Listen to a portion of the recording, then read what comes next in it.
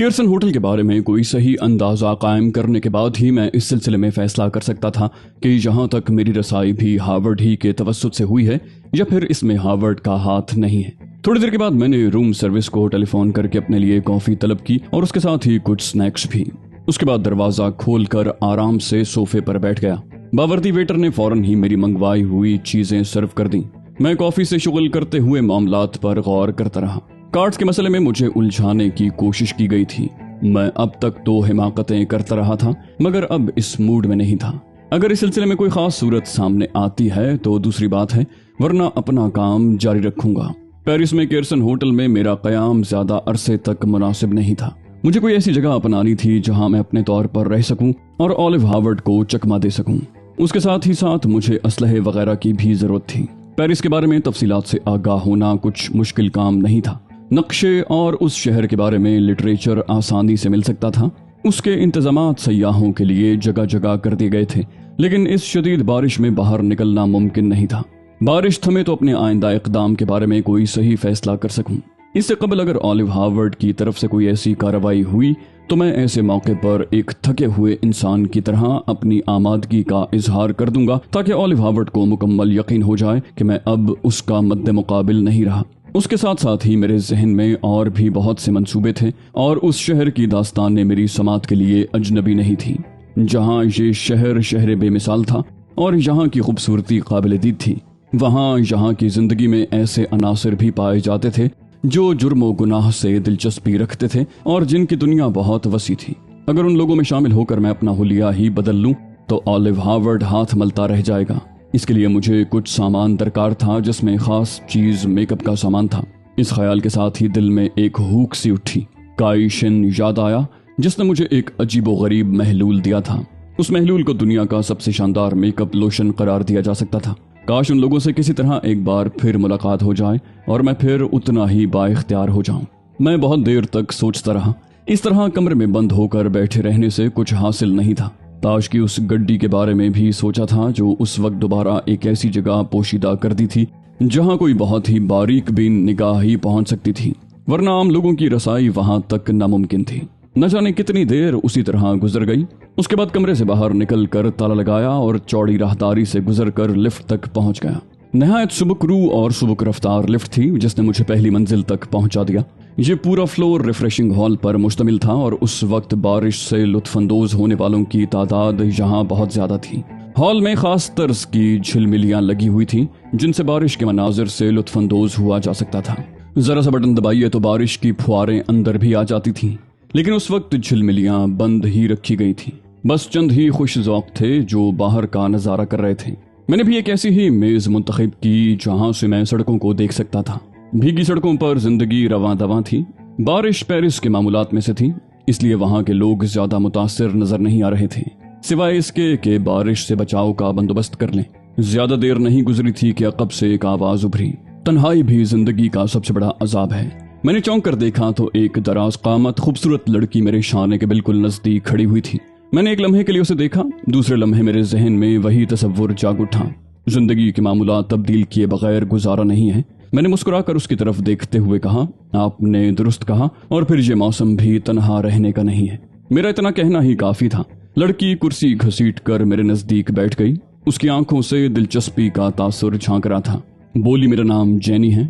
मैंने कहा, और मैं अली जार खान हूँ। लड़की ने पूछा, एशियाई? मैंने कहा हाँ। बोली, मैं फ्रांस ही की बाशिंदा हूँ। दरियाए सेन के पानी में नहाकर जवान हुई हूँ। मैंने कहा, दरियाए सेन का पानी वाकई हुस्न बख्श है। वो मुस्कुराई, बोली शुक्रिया।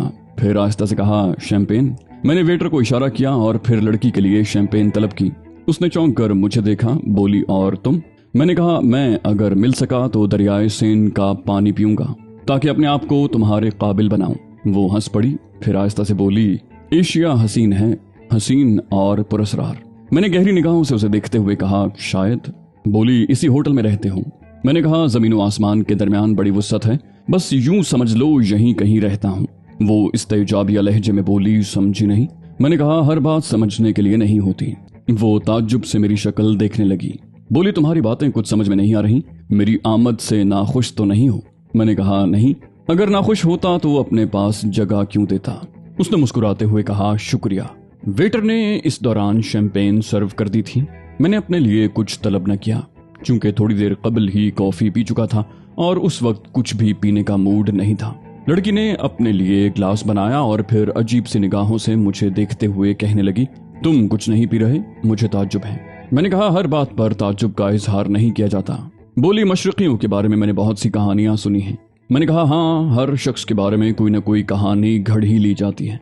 वो एक लम्हे के लिए भौंचक्की सी रह गई, फिर आहिस्ता से बोली, लोगों के मिजाज को समझना भी मुश्किल है। मैंने सवाल किया, तुम कौन हो? बोली, कहा ना, जैनी हूं मैं और तुम्हारी साथी बनने आई हूं। मैंने हंसते हुए कहा, शुक्रिया जैनी, एहसान है मुझ पर। वो शैंपेन की चुस्कियां लेती रही। चंद लम्हे तवक्कुफ के बाद वो बोली, पेरिस कब आए? मैंने कहा, तुम्हें देख कर याद आया है कि मैं पेरिस में हूँ। वो कुछ झुंझला कर बोली, किसी भी बात का जवाब नहीं दिया तुमने। मैंने कहा, हाँ, जरा उल्टा आदमी हूँ। बोली, लेकिन खूबसूरत हो। मैंने कहा, किसी लड़की की जबानी ये अल्फाज सुनकर अहले फ्रांस क्या करते हैं मुझे नहीं मालूम। वो हंस पड़ी, बोली, कुछ भी नहीं करते। मैंने जहन को आजाद छोड़ दिया था। उस लड़की पर भी शक किया जा सकता था। अब मैं मजीद हिमाकतें नहीं करना चाहता था। समझ रहा था कि दुश्मन की कैद में हूँ। हाँ, ये कैद थी जरा मुख्तलिफ किस्म की। मैं उन पुरस्कार निगाहों के बारे में कुछ नहीं जानता था जो एक एक लम्हे मेरी निगरान थी। मैं जानता था कि मेरी कोई हरकत उनसे छुपी हुई नहीं है। जैनी ने शैंपेन की पूरी बोतल खाली कर दी। आंखों का रंग जरूर बदल गया था, लेकिन वो नशे में नहीं थी और ठीक गुफ्तगू कर रही थी। रात हो गई, बारिश रुके बगैर बरस रही थी, लेकिन तायुशात के रसिया बारिश को खातिर में नहीं लाते। होटल की तफरीहात जारी थी। मौसीकी शुरू हो गई और फिर रक्स का पहला राउंड शुरू हुआ। जैनी ने कहा, आओ, और मैं उसके साथ उठ गया। चौबी फर्श पर मैंने रक्स के 3 राउंड्स में हिस्सा लिया। जैनी अब निढाल सी होने लगी थी। उसने कहा, आओ अब चलें। मैंने पूछा, कहाँ जैनी? वो किसी कदर लड़खड़ाती आवाज में बोली, जहां दिल चाहे ले चलो डार्लिंग। मैंने कहा, अच्छा आओ, और उसके साथ दरवाजे की तरफ बढ़ गया। पानी की तेज धार जैनी पर पड़ी तो वो चौंक गई। बोली, ओह, मैं तो भीग जाऊंगी। मैंने कहा, कोई बात नहीं है डियर, चली आओ, और उसे लेकर पार्किंग लॉट पर आ गया। फिर मैं कारों में झांकता रहा। एक कार के दरवाजे लॉक नहीं थे। मैंने दरवाजा खोलकर उसे पिछली सीट पर बिठा दिया और फिर इस तरह अकब से घूमा जैसे दूसरी तरफ आना चाहता हूँ, लेकिन फिर कारों के अकब में होता हुआ फुर्ती से वापस आ गया। इससे ज्यादा दोस्ती मुमकिन नहीं थी। कमरे में आकर दोबारा लिबास तब्दील किया। दरवाजा पहले ही बंद कर दिया था। ताश की गड्डी निकाली और मेज पर कोहनी टिकाकर एक पहलू के बल दराज हो गया। ताश सामने फैलाए और उनका बगौर जायजा लेने लगा। फिर मेरे होंठों पर मुस्कुराहट फैल गई। मैं बड़बड़ाया, खूब खिलौना दिया है भाई। दूसरे दिन सुबह को बारिश का निशान भी न था। आसमान धुलकर साफ हो गया था और बहुत खूबसूरत लग रहा था। होटल छोड़ दिया और चल पड़ा। टैक्सियां बदल बदल कर मैं पेरिस की मुख्तलिफ जगहों की सैर करता रहा और ये अंदाजा भी करता रहा कि कोई मेरे ताक़ुब में है या नहीं। लेकिन होटल से निकलने के बाद से उस वक्त तक ऐसा कोई एहसास नहीं हुआ था। ताज्जुब की बात थी। फिर हिम्मत करके एक ऐसे स्टोर में दाखिल हो गया जहां से मेकअप का सामान मिल सकता था। मैंने स्टोर का अच्छी तरह जायजा लेने के बाद मेकअप के सिलसिले की ऐसी चंद चीजें खरीदी जिन्हें जरूरत के वक्त फौरी तौर पर इस्तेमाल करके शक्ल बदली जा सकती थी। मखसूस किस्म के स्प्रिंग, आंखों के टिप पिन और मूछें वगैरह। ये चीजें जेबों में ठूंस कर मैं बाहर निकल आया। अब मुझे किसी ऐसी जगह की तलाश थी जहां शक्ल तब्दील कर सकूं। मार्क सैली के इलाके में मुझे जिंजो सैलून का साइन नजर आया, जहां हर किस्म के बाथरूम वगैरह का इंतजाम था। मेरे लिए इससे उम्दा जगह नहीं हो सकती थी। चुनाचे मैं अंदर दाखिल हो गया। क्ले बाथ, स्टीम बाथ वगैरह के रसिया काफी तादाद में मौजूद थे। अटेंडेंट लड़की ने मेरा इस्तकबाल किया और मुझे तफसील बताने लगी। बहुत कुछ था यहाँ, लेकिन मुझे उसमें से कुछ दरकार था और उस कुछ के हुसूल के बाद मैं अटेंडेंट की रहनुमाई में हमाम की उस कतार की जानिब बढ़ गया जिसकी तरफ मेरी रहनुमाई की गई थी। मेरी निगाहें क्लॉक रूम के खानों में टंगे हुए उन लिबासों पर थीं जिन पर हमाम के नंबर की प्लेटें लगी हुई थीं। अटेंडेंट मुझे छोड़कर चली गई और मैं लिबास उतारने लगा, लेकिन निहायत ही जहानत और फुर्ती से मैंने उन खानों पर निगाह डालकर एक ऐसे लिबास का इंतखाब कर लिया था जो मेरे बदन पर बिल्कुल फिट आ सकता था। निगाह बचाकर मैंने अपना लिबास उसकी जगह टांग दिया और वो लिबास उठाकर बाथरूम में दाखिल हो गया। अपने लिबास से मैंने वो तमाम चीजें निकाल ली थीं जिन्हें मैंने बाजार से खरीदा था और उसके अलावा भी जो कुछ उसमें मौजूद था वो भी मैंने निकाल लिया। हाँ, उस नए लिबास में जो चीजें मौजूद थीं वो मैंने बगैर देखे अपने लिबास में मुंतकिल कर दी। हमाम में जाकर गुस्ल करने के बजाय मैंने आईने के सामने खड़े होकर अपने चेहरे पर बारीक सी खूबसूरत स्टाइल की मूछें चिपकाईं, एक मस्सा ठोड़ी पर लगाया, पलकों के पपोटों पर झिल्लियां चिपकाने से आंखों की बनावट ही तब्दील हो गई और मैं उस खूबसूरत मेकअप की दाद दिए बगैर न रह सका। फिर कोट बाजू पर लटकाए बाथरूम से बाहर निकल आया। इस दौरान शायद अटेंडेंट वहां आई ही नहीं थी। मैं बाहर निकला तो किसी ने मेरी तरफ तवज्जो न दी, चूंकि यहाँ अदायगी वगैरह पहले ही कर दी जाती थी और लोग अपने कामों से फारिग होने के बाद एक दूसरे रास्ते से बाहर निकल जाते थे। इन रास्तों की रहनुमाई छोटे छोटे बोर्ड कर रहे थे। मैं इत्मीनान से बाहर निकल आया। तब्दील शुदा लिबास का इंतखाब बिलाशुबा बेहतरीन था। कोई नहीं कह सकता था कि वो मेरा लिबास नहीं है। अलबत्ता एक बात का ख्याल जरूर था और वो ये कि ये लिबास मेरे लिबास से कहीं ज्यादा कीमती था और लिबास के मालिक को थोड़ा सा खसारा बर्दाश्त करना पड़ा था। लेकिन मैं अपनी इस नई हैयत से बिल्कुल मुतमईन था। अगर यहाँ तक मुझ पर निगाह रखी भी गई है तो मुझ पर निगाह रखने वाले अब इतने ज़हीन भी नहीं होंगे कि मेरी चाल वगैरह से ही मुझे पहचान लें। काफी दूर तक पैदल चलता रहा। तकरीबन 1 मील तक का फासला पैदल तय किया, इस तसव्वुर के तहत कि अगर ताक़ुब का शुबा हो तो मोहतात हो जाऊं। लेकिन अभी तक ताक़ुब का कोई एहसास नहीं हुआ था। चुनाचे मैं एक बुक स्टॉल पर रुक गया। यहाँ से पेरिस के बारे में तफसीलात की किताब खरीदी। होटलों वगैरह के नाम और पते भी मौजूद थे उसमें। उसके बाद एक छोटे से पब की जानिब जा निकला। पब में बैठकर मैंने अपने लिए एक मशरूब तलब किया और किताब की वरक गर्दानी करने लगा। उसके बाद मैंने एक होटल का इंतखाब कर लिया था। एक टैक्सी करके मैं उस होटल तक पहुंच गया और वहां कैरून बिल के नाम से एक कमरा हासिल करने के बाद उसमें फरोकश हो गया। ये कमरा भी खासा उम्दा था। पेरिस के होटल अपना जवाब नहीं रखते थे। नए होटल में मुंतकिल होने के बाद मुझे बड़ा सुकून महसूस हुआ। अब यहाँ मैं दोहरी शख्सियत इख्तियार कर गया था। अगर थोड़ी सी जहानत से काम लेता तो बिलाशुबा ऑलिव हार्वर्ड की निगाहों से ओझल हो सकता था।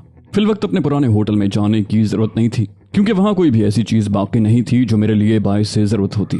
वो ताज तक मैं अपने साथ ले आया था, जिन्हें पुरस्कार तौर पर मेरी जेब में मुंतकिल कर दिया गया था। अगर होटल की तलाशी भी ली जाती तो वहां उन लोगों को कुछ दस्तयाब नहीं हो सकता था। मैंने निहायत जहानत से ये सब कुछ किया था। यहाँ मैं अली जार खान की हैसियत से तो महफूज था, लेकिन दूसरी हैसियत से मकामी कागजात मेरे पास मौजूद नहीं थे।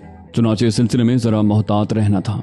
मैंने फैसला कर लिया था कि अपनी कई शक्लें इख्तियार करूंगा और बहुत से होटलों में अपने लिए कमरे बुक करवाऊंगा। बाहर तो और अभी मुझे रकम वगैरह के सिलसिले में भी कोई परेशानी नहीं थी, और अगर हुई भी तो अली जार खान तो अपनी जौन बदल ही चुका है। रकम के हुसूल के लिए वही मुजरिमाना कार्रवाइयां करना पड़ेंगी जो सूरत हाल के मुताबिक होंगी। नए होटल में मैंने काफी वक्त गुजारा, खाना वगैरह खाया और फिर आराम करने लेट गया। ज़हीन मुंसूबाबंदी में मशगूल था। उसके साथ साथ पेरिस से मुताल्लिक वो किताब भी ज़ेर मुताला रही थी जिसमें तकरीबन तमाम जगहों की निशानदही कर दी गई थी, और सयाहों के लिए ये किताब एक अहम हैसियत रखती थी। यहाँ से मैंने पेरिस के ज़ेर ज़मीन जराइम पेशा अड्डों के बारे में भी थोड़ी बहुत मालूमात हासिल की। हालांकि मुफस्सल अंदाज में उनकी निशानदही नहीं की गई थी, लेकिन सयाहों की सहूलतों के ख्याल के लिए जरा दिलचस्प अंदाज में मनशियात के उन ठिकानों की निशानदही की गई थी जहां हर चीज मिल सकती थी। अंदाज यूं था कि सयाह उस तरफ जाकर जराइम पेशा अफराद के हाथों परेशान न हो। मैं इस दिलचस्प तहरीर पर मुस्कुराए बगैर न रह सका। बाहर तौर उसने मेरी रहनुमाई की थी। शाम हुई तो मैं बाहर निकल आया और अब मुझे आवारागर्दी के अलावा कोई काम नहीं था। दरियाए सेन के किनारे किनारे रंगरलियां मनाने वाले अय्याश तबा लोग अपनी अपनी तफरीहात में मसरूफ थे। मैं वहां से होता हुआ नाइट क्लबों के इलाके में पहुंच गया जहां जिंदगी जाग रही थी, लेकिन उस जिंदगी में मुझे कोई हिस्सा लेना मकसूद नहीं था। बस सोच रहा था कि किसी न किसी तरह अपने लिए यहाँ कोई जगह निकाल ही लूं।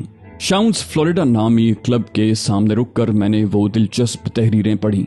इंसान मासूम है, शैतान का वजूद कायनात की तशखीस के लिए जरूरी था। फूल तोड़ना मना है, लेकिन फूलों को मसलना जिंदगी। और फिर बहुत सी अहमकाना और बेसरोपा तहरीरें लिख कर लोगों के तजस्सुस को उभारा गया था। मैं अंदर दाखिल हो गया। नशस्त हासिल करने में कोई दिक्कत न हुई, क्योंकि हॉल में तकरीबन 1000 मेहमानों की गुंजाइश थी। अंदर मौजूद सुपरवाइजर ने टिकट देखकर मेरी सीट की तरफ रहनुमाई कर दी। मध्यम रोशनी थी। मैंने अपने नजदीक बैठे हुए शख्स को देखा। 60 साल से ऊपर की उम्र का एक तवाना और संजीदा शक्ल बूढ़ा था। खूबसूरत लिबास में मलबूस हर तरह के लोग मौजूद थे। हॉल में कुछ और तारीकी फैल गई। ऑर्केस्ट्रा की धुनें बदलने लगी थीं। कदीम पेरिस के मनाजिर पेश किए गए और फिर आहिस्ता आहिस्ता बेहूदगियां होने लगी। कदीम और जदीद का फर्क, यूरोप का घिनौना फलसफा शर्मनाक मनाजिर की शक्ल में पेश किया जाने लगा। ये जिद्दत थी। गुनाह को गुनाह साबित करने की बजाय उसे इंसानी फितरत करार दिया जा रहा था। बुजुर्ग ने झुककर कहा, क्या ये हकीकत है? मैंने चौंक कर उन्हें देखा और बरजस्ता कहा, आपका तजुर्बा क्या कहता है? बूढ़े ने कहा, थके हुए जहन खुद को दिलासा दे रहे हैं। सब खुद को बहलाने में मसरूफ हैं, सच से गुरेज कर रहे हैं। मैंने पूछा और आप? बोला मैं इस दौर के इंसान को समझने की कोशिश कर रहा हूँ। बड़े मियाँ ने सामने रखी हुई बोतल से पैग भर लिया। खुशबू में लिपटी हुई एक दोशीज़ा लड़खड़ाते हुए कदमों से मेरी तरफ बढ़ी। बोली तुम्हें यकीनन मेरी जरूरत है। मैंने कहा नहीं, ये साहब तुम्हें समझना चाहते हैं, और लड़की को बड़े मियाँ की तरफ बढ़ा दिया। बुजुर्ग ने कहा आओ आओ, मैं तुम्हें जानता हूँ, मेरे नजदीक बैठो। दुख की कहानियां सबकी समझ में नहीं आती, और अपनी पोती के बराबर लड़की को अपने करीब जगह दे दी। फिर वो उसके दुख की कहानियां समझने लगे और उसे अपना दुख समझाते रहे। नई बोतल आ गई और उसने उन दोनों का दुख खुद में समेट लिया। मैं बेचैन हो गया था। उसके बाद वहां से उठ जाने के अलावा और कोई चारा नहीं रहा था। क्लब के बाहर की रोशनियां बंद कर दी गई थी। उसका पेट भर गया था और अब अंदर मजीद लोगों की गुंजाइश नहीं थी। मैं टैक्सी की तलाश में भटकने लगा। कुर्बो जवार में बेशुमार कारें खड़ी थीं, लेकिन कोई टैक्सी नजर नहीं आ रही थी। मैंने सोचा कुछ आगे बढ़ जाऊं, चुनाचे पैदल चल पड़ा। दिन को आसमान साफ रहा था, लेकिन सरे शाम फिर बादल उमड़ आए थे और उस वक्त आसमान की छत बिल्कुल स्याह थी। काफी फासले पर एक टैक्सी रुकी और मैं उसके करीब पहुंच गया। टैक्सी से थोड़े फासले पर एक लड़की अंधेरे में खड़ी थी। वो भी टैक्सी की तरफ बढ़ी, लेकिन इससे कबल मैं टैक्सी के पास पहुंच गया था। जो ही मैंने टैक्सी का दरवाजा खोला, लड़की मेरे पास आ गई।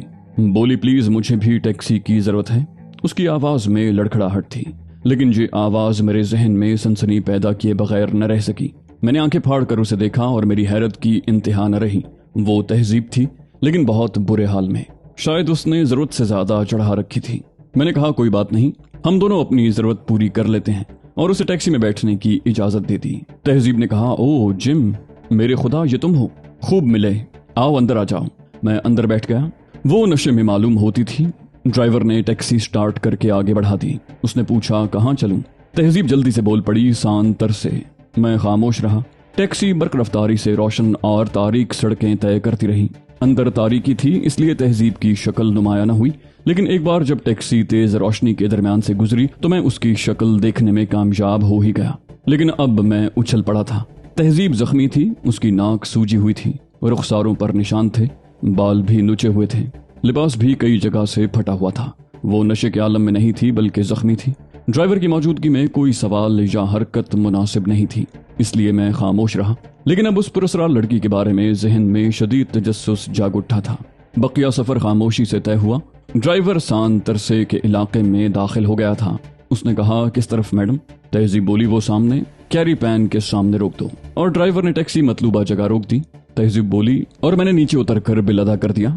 टैक्सी जब आगे बढ़ गई तो तहजीब की आवाज उभरी, शरीफ आदमी, क्या तुम कुछ मेरी मदद कर सकते हो? मैंने कहा जरूर जरूर, कहो। बोली मुझे सामने वाली बिल्डिंग के पास पहुंचा दो, मेरा पाँव जख्मी है, वरना मैं तुम्हें तकलीफ न देती। मैंने कहा कोई बात नहीं। वो लंगड़ा कर चल रही थी। मैं उसे सहारा देकर आगे बढ़ रहा था।